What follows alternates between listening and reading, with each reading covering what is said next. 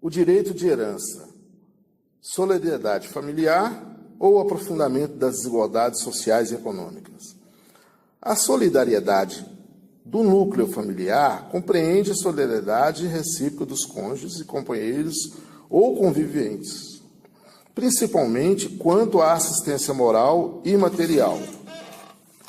O lar é, por excelência, um lugar de colaboração, de cooperação, de assistência, de cuidado, em uma palavra, de solidariedade.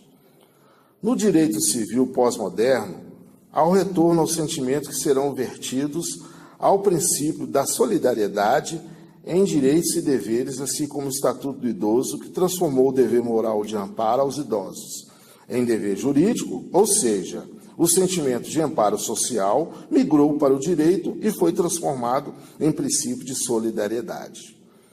Para a Constituição da República de 1988, à luz do direito civil, a garantia do direito à herança consta no rol dos direitos fundamentais dos indivíduos, artigo 5º, inciso 30, em consonância com o direito de família, propriedade e função social. A herança é fundada na afeição real ou presumida do falecido, resguardada pelo princípio da Saisine, de acordo com o artigo 1784 do Código Civil Brasileiro. Portanto, o direito de herança tem função social por proteger e perpetuar a família, garantir o pleno desenvolvimento dos indivíduos e efetivar, para depois da morte, o autor da herança. Por outro lado, os dados sobre a desigualdade social no Brasil são chocantes. Um estudo recente revelou que 6 pessoas concentram juntas a mesma riqueza que 100 milhões mais pobres do país. A mobilidade de renda entre gerações no Brasil é bastante baixa. Durante os períodos de maior crescimento econômico, os filhos de famílias mais pobres conseguem até alcançar ocupações melhores do que seus pais, mas dificilmente conseguem ascender à elite.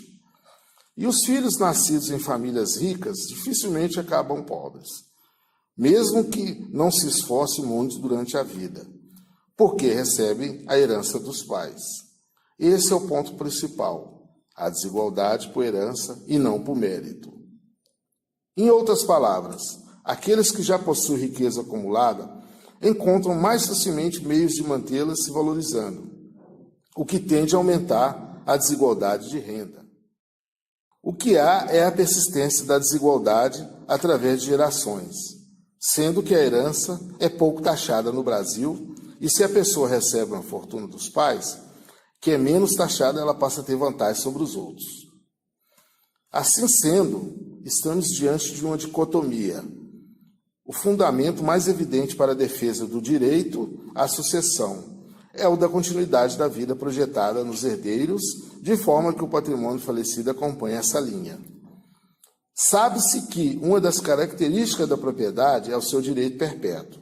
Assim, não seria se ela se encerrasse com a morte do titular. Aliás, configuraria mero usufruto vitalício conforme melhor doutrina.